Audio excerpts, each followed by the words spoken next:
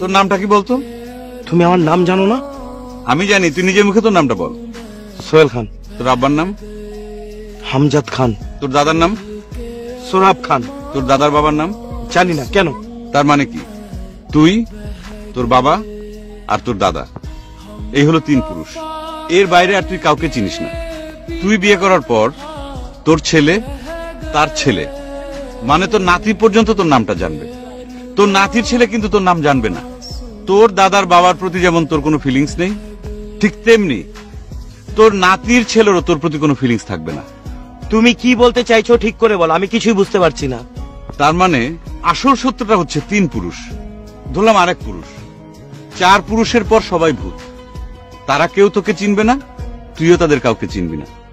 তার মানে হচ্ছে ভূতকে টাকা খাইয়ে কোনো লাভ আছে? তোর 3 পুরুষের টাকা আমি আলাদা করে রেখে দিয়েছি। তার বাইরে যে অতিরিক্ত টাকা, সেগুলো আমি গরিব দুঃখী অসহায় মানুষের মাঝে বিলিয়ে দিচ্ছি। এই সিদ্ধান্ত নেওয়ার পেছনে আমার আরো একটা কারণ আছে। কি? যেদিন আমাদের আব্বা মারা গেলেন, তাকে কবর দিয়ে আসার পর সারা রাত আমি ঘুমাতে পারিনি। ভোর রাতে যখন আমার একটু তন্দ্রা এসেছে, তখন আমি একটা স্বপ্ন দেখলাম। কি স্বপ্ন দেখেছিলাম জানিস? বলো। আমার দিকে আমাদের কোম্পানির হাজার হাজার কর্মচারী, পিয়ন, দারোয়ান, আরো অচেনা সব মানুষ ক্ষুব্ধ দৃষ্টিতে এগিয়ে আসছে। আমাকে বলছে আমাদের টাকা ফেরত দে। আমি বললাম কিসের টাকা? বলে তোর আব্বা আমাদেরকে শোষণ করে ঠকিয়ে এই বৃত্তের পাহাড় বানিয়েছে, ফেরত দে টাকা।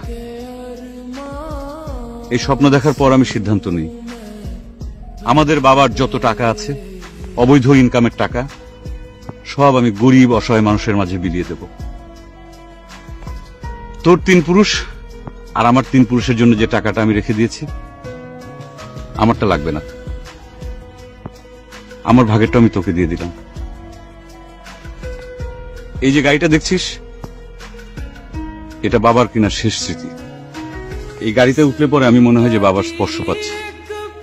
তোর নতুন গাড়ির শখ, এখন থেকে তুই এই গাড়িটা চালাবি। বাড়িতে ফিরে আয়, রাতে আমার খুব ভয় করে, আমি একা থাকতে পারবো না। চলে আসিস। হ্যাঁ?